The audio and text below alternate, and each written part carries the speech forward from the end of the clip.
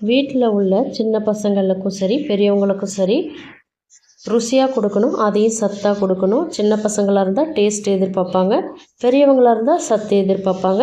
இப்படி ரெண்டும் கலந்த இந்த புரோட்டீன் தோசையை எப்படி செய்கிறதுன்னு பார்க்கலாம். டேஸ்ட்டு ரொம்ப சூப்பராக இருக்கும். பசங்களுக்கு ஏற்ற மாதிரியே இதுகள் டேஸ்ட்டு நிறைய இருக்குது. அதே போல் ஹெல்த் பெனிஃபிட்ஸும் இதில் நிறைய இருக்குது. பெரியவங்களுக்கு கட்டாயமாக இந்த போல் டிஃபனெல்லாம் செஞ்சு கொடுங்க. இந்த டிஃபன் பார்த்திங்கன்னா பிரேக்ஃபாஸ்ட்டு, டின்னர், ஸ்நாக்ஸ் எல்லாமாவும் கொடுக்கலாம். டேஸ்ட் அவ்வளோ சூப்பராக இருக்கும்.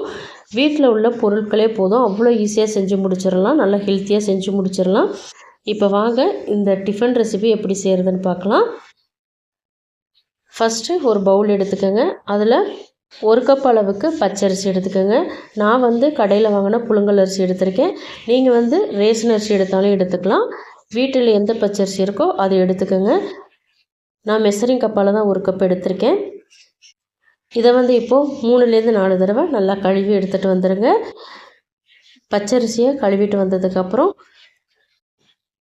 அரிசி முழுகிற அளவுக்கு தண்ணி சேர்த்துட்டு இந்த அரிசியை 2லேருந்து 3 மணி நேரத்துக்கு நல்லா ஊற வச்சுருங்க. பச்சரிசி நல்லா ஊறி வரட்டும். குறைஞ்சது 1.5 மணி நேரமாவது பச்சரிசி ஊறணும். இதுக்கு பச்சரிசி தான் எடுக்கணும், சாப்பாட்டு அரிசியெல்லாம் எடுக்காதீங்க. அதே போல் இட்லி அரிசியும் எடுக்காதீங்க. இப்போ இந்த அரிசி 3 மணி நேரத்துக்கு நல்லா ஊறட்டும். நான் சொன்ன மாதிரி குறைஞ்சது 1.5 மணி நேரமாவது ஊற வச்சுக்கோங்க. இப்போ பார்த்திங்கன்னா அரிசி நல்லா ஊறிடுச்சு. நான் 2 மணி நேரத்துக்கு ஊற வச்சுருந்தேன். இப்போ இந்த அரிசியை தண்ணியை வடிகட்டிட்டு மிக்ஸி ஜாருக்கு மாற்றிக்கலாம். பச்சரிசி அரைக்கிறதுக்கு இவ்வளோ தண்ணி தேவைப்படாது, கம்மியாக இருந்தாலே போதும். அதனால் தண்ணி வடிகட்டிடுங்க. இப்போ நான் எல்லா அரிசியுமே மிக்ஸி ஜாருக்கு மாற்றிட்டேன். இதில் இப்போது பெரிய சைஸில் ஒரே ஒரு உருளைக்கிழங்க வேக வச்சு தோல் உரித்து வச்சுருக்கேன். இப்போ இதை அப்படியே இதில் சேர்த்துக்கலாம்.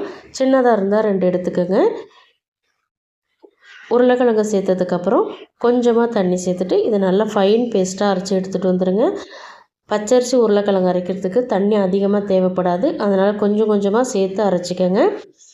அதே போல் நல்லா ஃபைனாக அரைச்சிக்கணும், கொரப்பாலாம் அரைக்கக்கூடாது. இப்போ மாவை அரைச்சிட்டு வந்தாச்சு. இப்போ பாருங்கள், நான் எடுத்து காட்டுறேன். இந்த அளவுக்கு நல்லா வளவளன்னு அரைச்சிக்கணும். இப்போ இந்த மாவை பவுலுக்கு மாற்றிக்கலாம். உருளைக்கிழங்கு ஆப்ஷனல் தான். உருளைக்கிழங்கு இருந்தால் சேர்த்துக்கோங்க, இல்லைன்னா ஸ்கிப் பண்ணிவிடுங்க. அப்படி இல்லை வேக வச்சு சேர்க்க பிடிக்கல அப்படின்னா துருவி சேர்த்துக்கோங்க. வெஜிடபிளாக நம்ம ஆட் பண்ணும்போது உருளைக்கிழங்கு நீங்கள் துருவி கூட சேர்த்துக்கலாம்.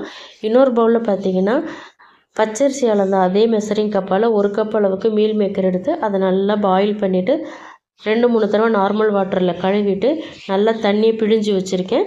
இப்போ அந்த மீல் மேக்கர் அதே மிக்ஸி ஜாரில் மாற்றிக்கலாம். தண்ணியை நல்லா பிழிஞ்சிட்டு சேர்த்துக்கோங்க. இப்போது 2 பச்சை மிளகாய் நான் சேர்த்துக்கிறேன். இஞ்சி குட்டி குட்டியாக கட் பண்ணி வச்சுருக்கேன், அதையும் சேர்த்துக்கிறேன். இப்போ இது 3ஐயும் தண்ணி எதுவுமே சேர்க்காம நல்லா பல்ஸில் வச்சு கொரப்பாக அரைச்சி எடுத்துகிட்டு வந்துடுங்க. ரொம்ப நைஸாக அரைச்சிடாதீங்க. இப்போ பாருங்கள், நான் காட்டுறேன் பாருங்கள். இந்த பக்குவத்துக்கு அரைச்சிக்கோங்க. கொஞ்சம் திரியாக இருக்கணும். தண்ணியை நல்லா பிழிஞ்சிட்டு அரைச்சிங்க அப்படின்னா இது போல் உங்களுக்கு உதிரியாக கிடச்சிரும். இப்போ இந்த மீல் மேக்கரையும் நம்ம ஏற்கனவே அரைச்சி வச்சுருந்த மாவு கூட சேர்த்துக்கலாம். இப்போ மீல் மேக்கரை சேர்த்துட்டேன். வெஜிடபிள்ஸ் எல்லாமே ஒன்று ஆட் பண்ணிக்கலாம். 3/4 கப் அளவுக்கு கேரட் பொடியாக கட் பண்ணி சேர்த்துருக்கேன். இது ஒரு 2 கேரட் அளவுக்கு இருக்கும். ஸ்ப்ரிங் ஆனியன் 1 கப் அளவுக்கு நான் கட் பண்ணி வச்சுருக்கேன், அதையும் சேர்த்துக்கிறேன். ஸ்ப்ரிங் ஆனியன் இருந்தால் சேர்த்துக்கோங்க, அப்படி இல்லைன்னா அதுக்கு பதிலாக குடமிளகாய் இருந்தால் சேர்த்துக்கோங்க. பொடியாக நறுக்கின வெங்காயம் 1 கப் சேர்த்துக்கிறேன். வெங்காயம் எந்த அளவுக்கு சேர்க்குறீங்களோ அந்த அளவுக்கு நல்ல ஃப்ளேவராக இருக்கும். ஒரே ஒரு தக்காளி பழம் சேர்த்துக்கிறேன். இப்போ நான் எடுத்துருக்கிற இந்த வெஜிடபிளோட அளவுக்கு 2 கப் அரிசி வரைக்கும் நீங்கள் சேர்த்துக்கலாம். நான் அரிசி கம்மியாக தான் சேர்த்துருக்கேன். உங்களுக்கு இன்னும் கொஞ்சம் மாவு அதிகமாக இருந்தால் நல்லா இருக்கும்னு நினச்சிங்கன்னா நீங்கள் 2 கப் பச்சரிசி எடுத்துக்கோங்க. இப்போ நான் காட்டுறேன் இந்த வெஜிடபிள்ஸோட அளவுக்கு.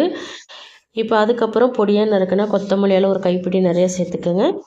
1 டீஸ்பூன் சீரகம், 1/4 டீஸ்பூன் மஞ்சள் தூள், 1 டீஸ்பூன் மல்லித்தூள் சேர்த்துக்கோங்க. 1/2 டீஸ்பூன் தனி மிளகாய் தூள் சேர்த்துக்கோங்க. ஏற்கனவே பச்சை மிளகாய் சேர்த்து அரைச்சிருக்கோம், அதனால் அந்த காரத்துக்கு தகுந்த மாதிரி மிளகாய் தூள் சேர்த்துக்கோங்க. அப்படி இல்லைன்னா தாராளமாக நீங்கள் மிளகாய் தூளை ஸ்கிப் பண்ணிக்கலாம். 1/2 டீஸ்பூன் கரம் மசாலா சேர்த்துக்கோங்க. இப்போ உப்பு சேர்த்துக்கலாம். உப்பு செக் பண்ணிவிட்டு கொஞ்சம் கொஞ்சமாக கூட நீங்கள் சேர்த்துக்கலாம். ஒரே டைமில் சேர்த்துட்டீங்க அப்படின்னா உப்பு ஜாஸ்தி ஆகிடும். இப்போ எல்லாத்தையுமே நல்லா கலந்து விட்டுக்கலாம்.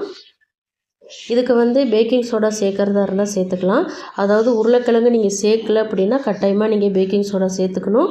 நான் உருளைக்கிழங்கு சேர்த்துருக்கிறதுனால பேக்கிங் சோடா ஸ்கிப் பண்ணியிருக்கேன். அதனால் நீங்கள் உருளைக்கிழங்கு சேர்க்காமல் செய்கிறீங்க, பாயில் உருளைக்கிழங்கு சேர்க்காமல் செய்கிறீங்க அப்படின்னா கொஞ்சமாக நீங்கள் பேக்கிங் சோடா சேர்த்துக்கோங்க. இப்போ மாவு வந்து ரொம்ப திக்காக இருக்கிறதுனால கொஞ்சமாக தண்ணி சேர்த்துட்டு மிக்ஸ் பண்ணிக்கிறேன். நல்லா கலந்து விட்டுக்கோங்க. வேறு என்ன வெஜிடபிள் சேர்க்கலான்னு கேட்டிங்கன்னா முட்டைகோஸ் சேர்த்துக்கலாம், ரொம்ப நல்லாயிருக்கும். அதே போல் பீட்ரூட், பன்னீர் இது போல் கூட நீங்கள் வெஜிடபிளை துருவி சேர்த்துக்கோங்க. இப்போ மாவு ரெடி ஆகிடுச்சு. இந்த சைடு தோசைக்கல்லை நான் ஹீட் பண்ணி வச்சுருக்கேன். நல்லா தோசைக்கல் ஹீட் ஆனதுக்கப்புறம் லோ ஃப்ளேமில் வச்சுட்டு மாவு சேர்த்துக்கோங்க.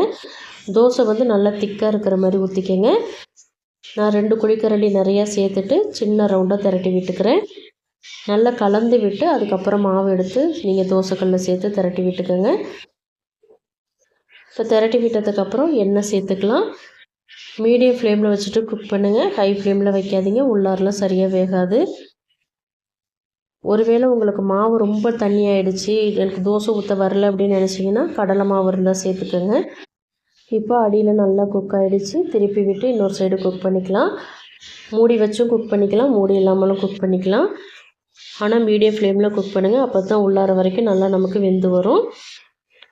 இப்போ நல்லா 2 சைடும் குக் ஆகிடுச்சு. நல்லா கலர் மாதிரி கோல்டன் கலரில் வந்திருக்கு பாருங்கள். நல்லா பர்ஃபெக்டாக வெந்திருக்கு உள்ளாரெல்லாம். நான் இப்போ எடுத்து பிளேட்டுக்கு மாற்றிக்கிறேன். இந்த தோசைக்கு பார்த்தீங்கன்னா தேங்காய் சட்னி நல்லாயிருக்கும்.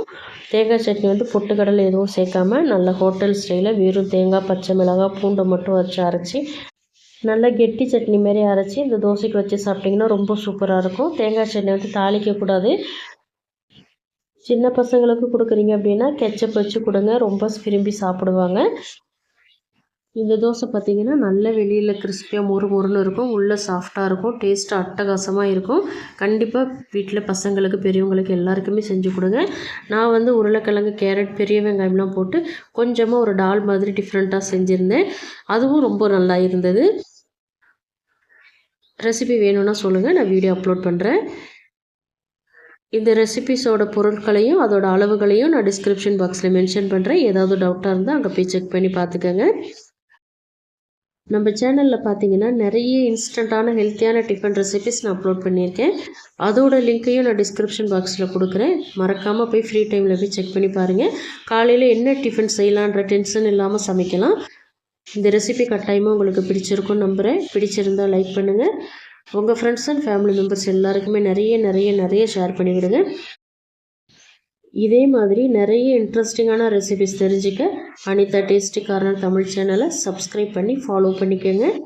தேங்க்ஸ் ஃபார் வாட்சிங் ஃப்ரெண்ட்ஸ். நாளைக்கு இன்னொரு இன்ட்ரெஸ்டிங்கான ரெசிபிஸோடு சந்திக்கிறேன். பாய்.